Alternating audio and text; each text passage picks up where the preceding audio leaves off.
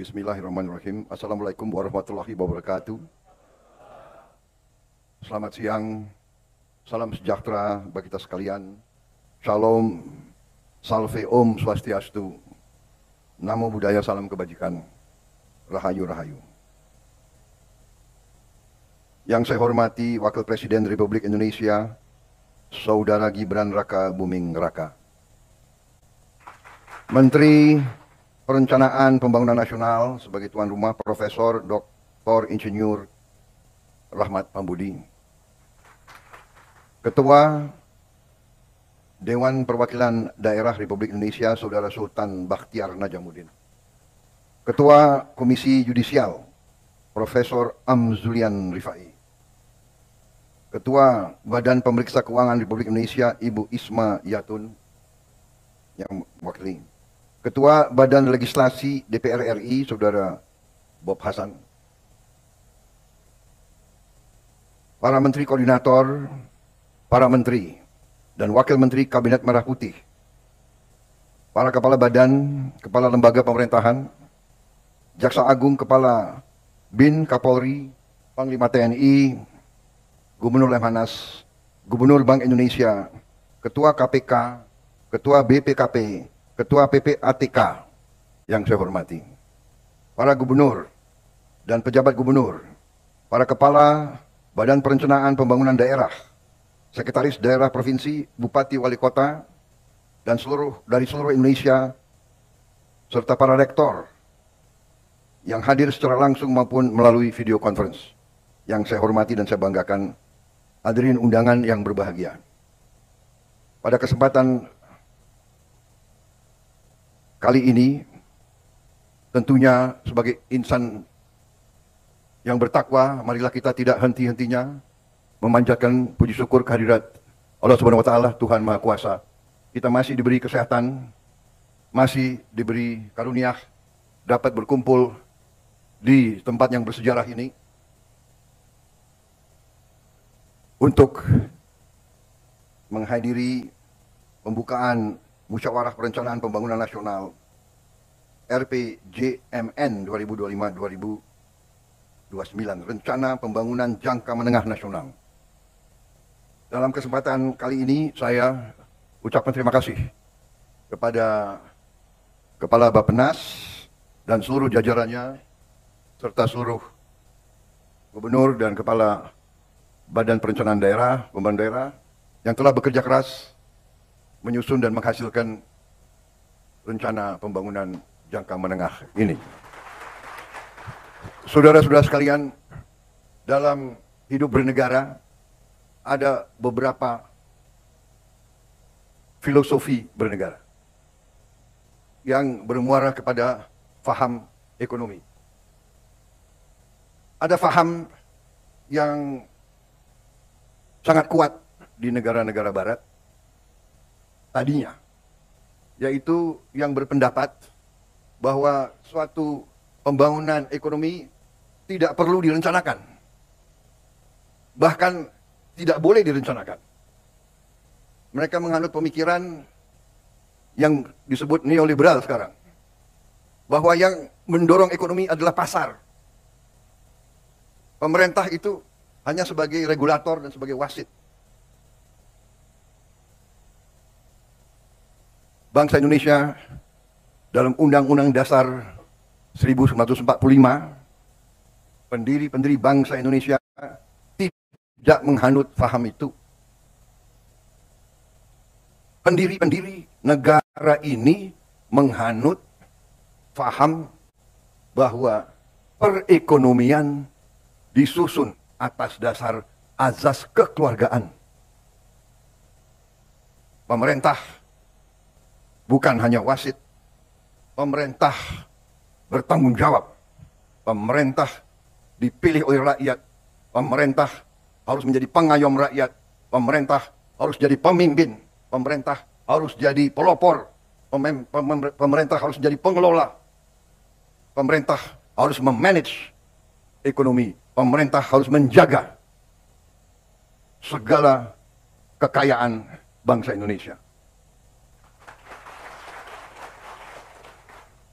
Saudara-saudara, dalam pemahaman ekonomi yang kita sekarang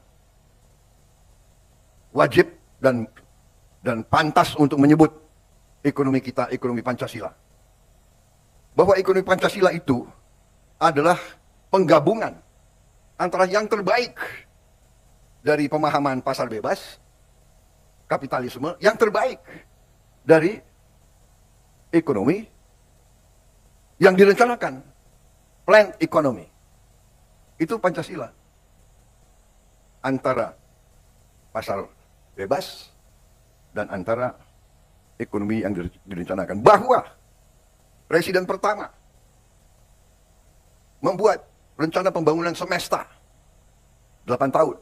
Kemudian Presiden kedua melanjutkan dengan rencana pembangunan 5 tahun. Bahwa kita berdiri di gedung ini, gedung Bappenas, ini mengingatkan kita bahwa ekonomi kita harus kita berpegang teguh. Ekonomi kita adalah ekonomi Pancasila, ekonomi yang berazas kekeluargaan. Bahwa kita masih teguh, masih berpegang bahwa pembangunan harus direncanakan.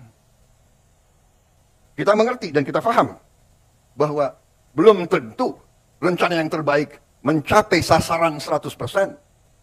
Tetapi azas kehidupan bernegara mengajarkan kepada kita tanpa perencanaan kita tidak tahu arah yang harus kita lakukan. Dalam setiap organisasi, dalam hidup swasta, dalam korporasi pun harus ada perencanaan. Apa rencana strategis kita? Apa yang akan kita mencapai? Saudara-saudara sekalian, karena itu jelas bagi setiap pemerintah kita diarahkan oleh pembukaan Undang-Undang Dasar Negara Republik kita 1945. Kita diarahkan tujuan nasional yang ditetapkan oleh pendiri-pendiri bangsa kita, yang mendirikan bangsa ini melalui suatu pengorbanan, suatu perjuangan. Mereka merasakan imperialisme, mereka merasakan dijajah, mereka merasakan bahwa kita warga negara Indonesia waktu itu adalah warga negara kelas 3, kelas 4. Tujuan nasional pertama, azas perlindungan, melindungi segenap bangsa Indonesia dan seluruh tumpah darah Indonesia. Melindungi. Saya disumpah, Saudara Wakil Presiden disumpah untuk menjaga, menjalankan Undang-Undang Dasar. Saya harus melindungi, pemerintah yang saya pimpin harus melindungi segenap bangsa Indonesia dan seluruh tumpah dari Indonesia. Dan saudara-saudara sebagai bagian dari pemerintah, saudara-saudara sebagai anak bangsa Indonesia di bidang masing-masing, di eselon masing-masing punya tanggung jawab untuk menjalankan Undang-Undang Dasar ini. Kita harus melindungi rakyat kita. Melindungi dalam arti yang lengkap, dalam arti komprehensif, dalam arti yang menyeluruh. Melindungi secara fisik. Melindungi secara fisik artinya rakyat kita harus cukup makan.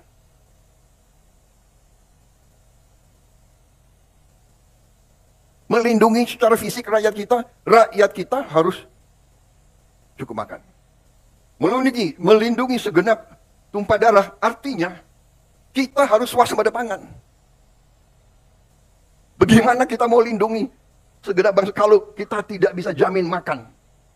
Tidak ada negara, tidak ada peradaban tanpa pangan. Saya ingatkan saudara-saudara sekalian. Mari kita kembali ke dasar pengetahuan. Jadi perencanaan pembangunan nasional ini penting.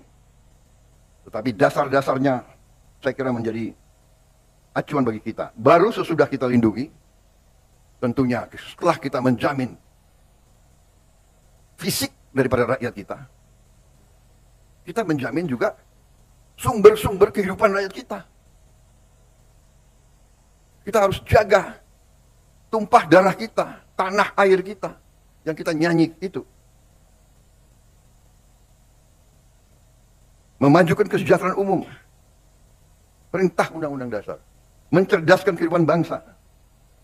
Dan kita ikut melaksanakan ketertiban dunia. Kita juga berperanan. Tapi bagaimana kita berperanan kalau rumah kita tidak beres? Kalau dapur kita tidak beres? Jadi saudara-saudara,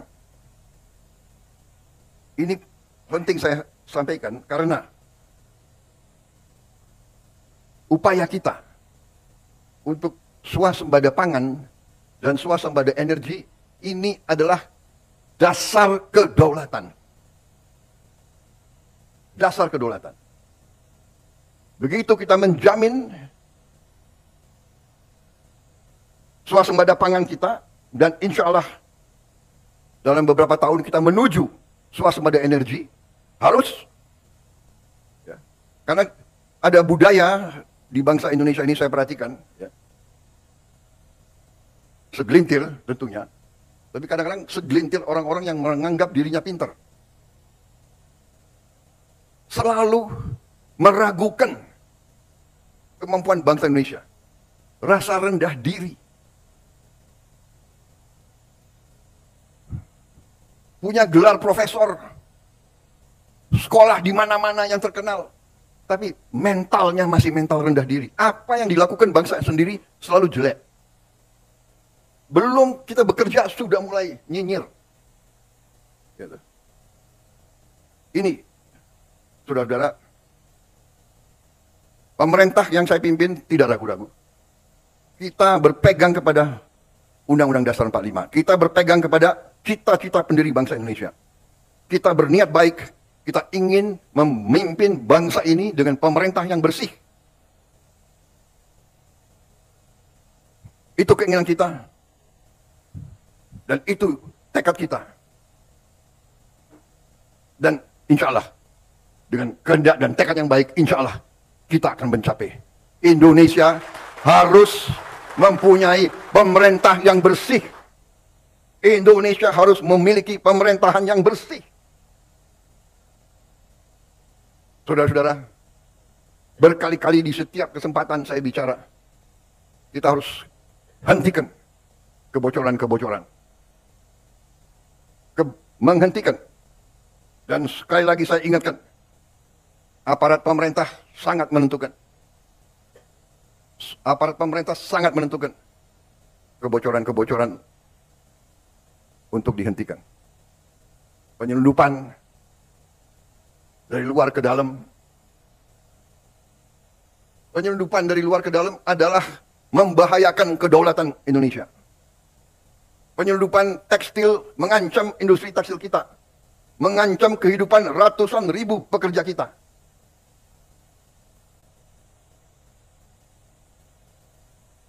Saya nanti akan cari ahli-ahli hukum, apa wewenang yang bisa saya berikan kepada aparat.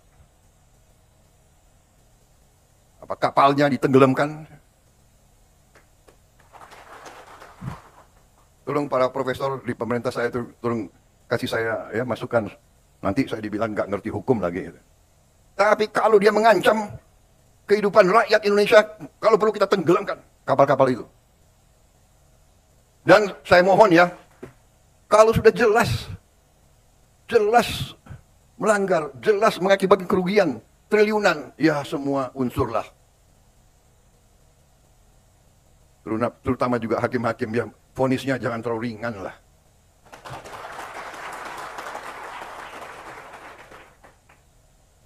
Nanti dibilang Prabowo nggak ngerti hukum lagi. Tapi rakyat pun ngerti, rakyat di pinggir jalan ngerti. Ngerampok triliunan, kalau triliunan, ratusan triliun. Vonisnya sekian tahun. Nanti jangan-jangan di penjara pakai AC, punya kulkas, pakai TV. Tolong Menteri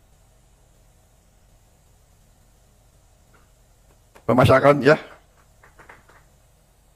Jaksa Agung naik banding nggak? Naik banding ya? Naik banding. Vonisnya ya 50 tahun begitu kira-kira.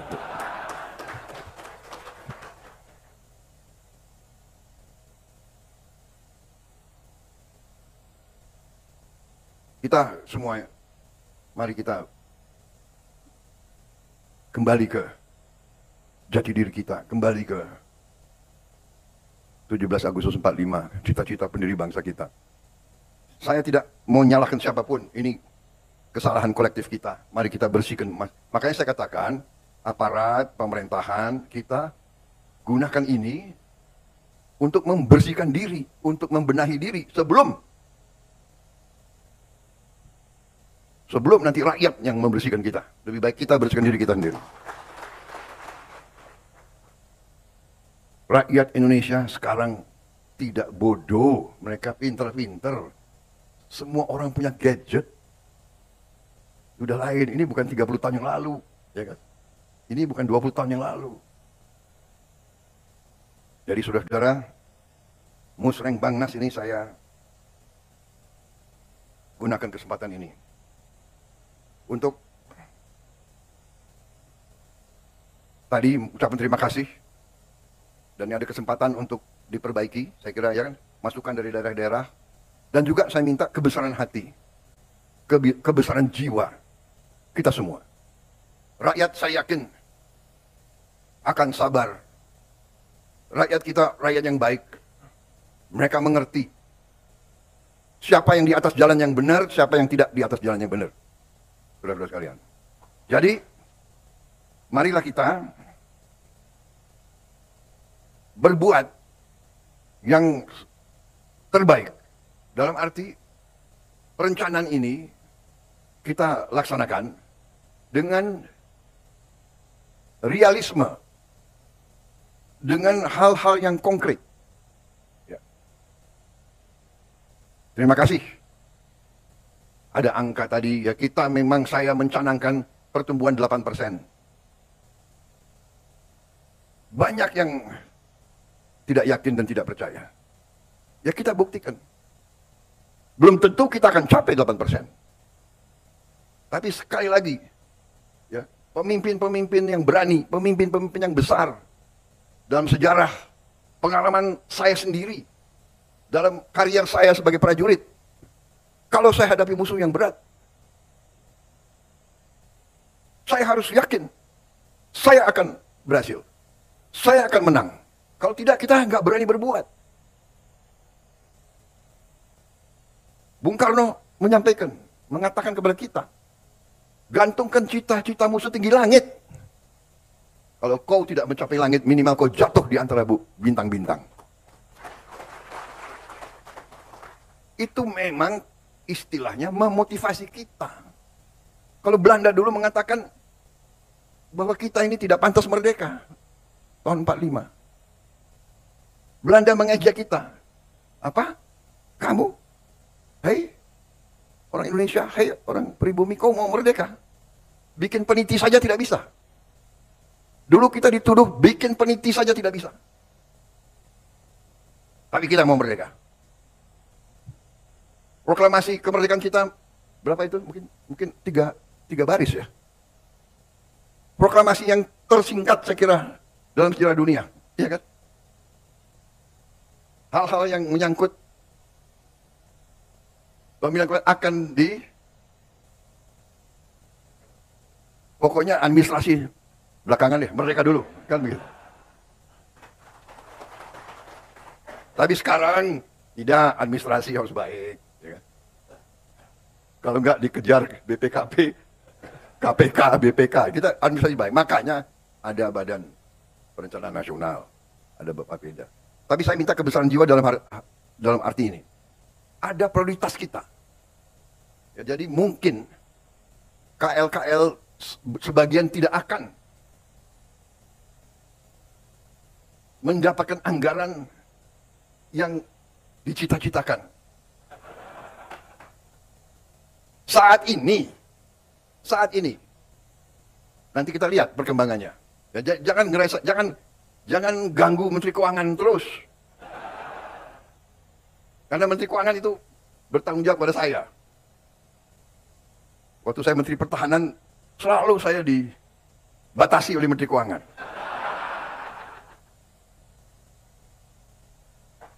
Sekarang yang lemes Pak Safri Samsudin. Kalau dia merasa dibatasi oleh Menteri Keuangan, nanti Menteri Keuangan mengatakan, ini perintah Presiden. Setelah saya jadi Presiden, saya harus mikir, ya kan? Pertahanan sangat penting, tapi anak-anak ini harus makan. Ya kan? Guru-guru gajinya harus diperbaiki. Hakim-hakim harus segera dibikin rumah-rumah dinas yang layak. Tidak boleh ada hakim yang kontrak. Menteri Perumahan ngangguk-ngangguk. Terima kasih Menteri Perumahan. Tambah rambut putih aku lihat kau itu. Baru 2 bulan udah. Tapi masih senyum, saya terima kasih. Jadi ini juga para gubernur, para bupati, ya, yang ikut rapat ini melalui video conference, saya mohon juga jiwa besar dan kesabaran. Mungkin ada beberapa yang harus kita dahulukan. Tapi percayalah ujungnya nanti gubernur bupati yang akan merasakan. Contoh, dana desa adalah sekarang 1 miliar 1 tahun. Benar ya? Dengan program makan bergizi, ya, itu nanti uang yang beredar di desa mungkin akan naik 5, 6, 7 kali. Saudara sekali. Jadi bukannya kita akan tambah, tapi melalui mekanisme yang kita yakin harus sampai ke sasaran. Harus sampai ke sasaran. Dan untuk seluruh aparat, seluruh eselon, ya, budaya markup, budaya penggelembungan proyek dan anggaran itu adalah korupsi.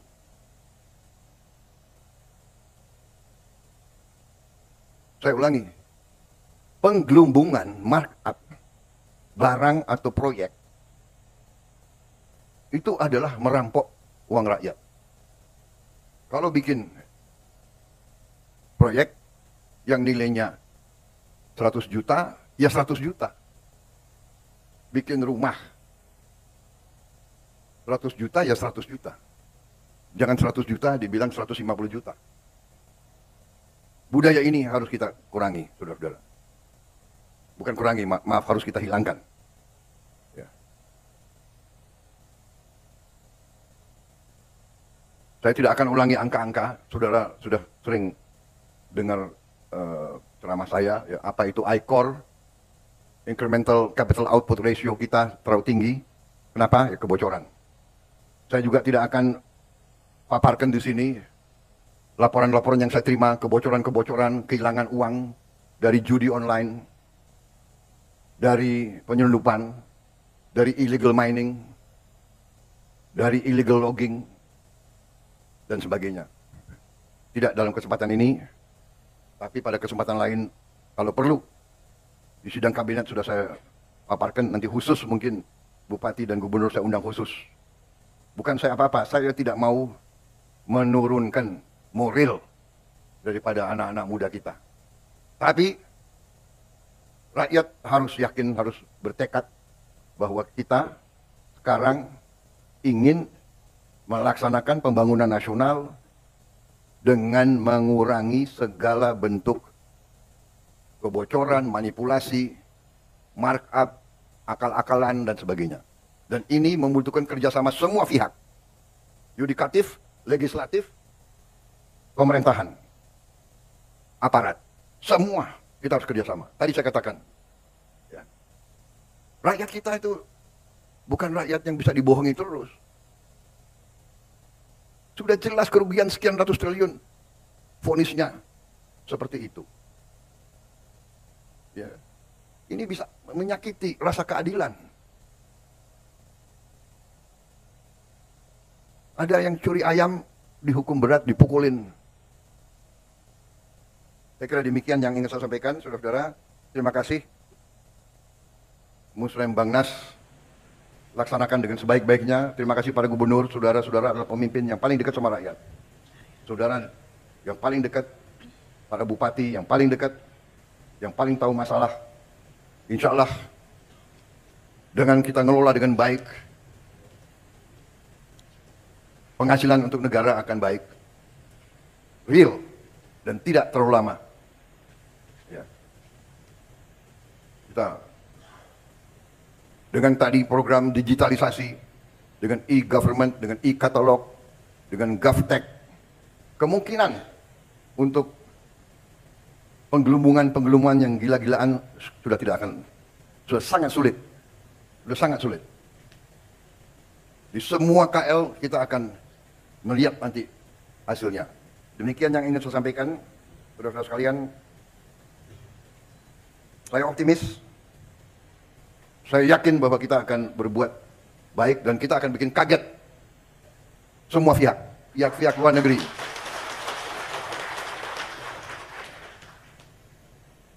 Saya malah ditantang oleh ada pihak-pihak dari luar negeri yang tantang saya. Mereka yakin kita tidak mungkin 8%. Kalau mencapai 8%, saya akan dikasih makan malam gratis. Saya boleh pilih menunya. Saya akan pilih menu yang paling mahal. Tapi karena saya harus mengurangi berat badan, jadi bagaimana itu? Terima kasih Bappenas dan seluruh jajarannya atas kerja keras saudara-saudara. Terima kasih Bapeda, Gubernur. Kita melangkah menatap hari besok dengan gagah, dengan keyakinan. Kita kompak. Kita bersyukur kepada Tuhan.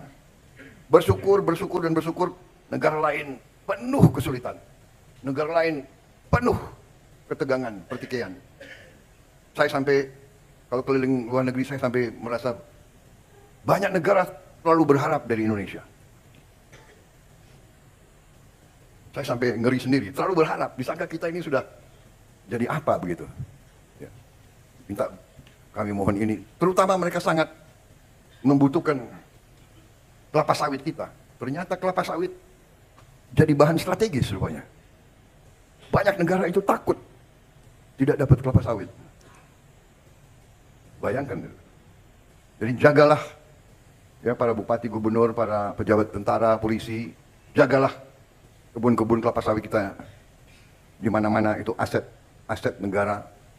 Dan saya kira ke depan kita juga harus tambah tanam kelapa sawit. Nggak usah takut.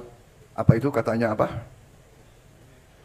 Membahayakan apa itu? Deforestation, ya kan?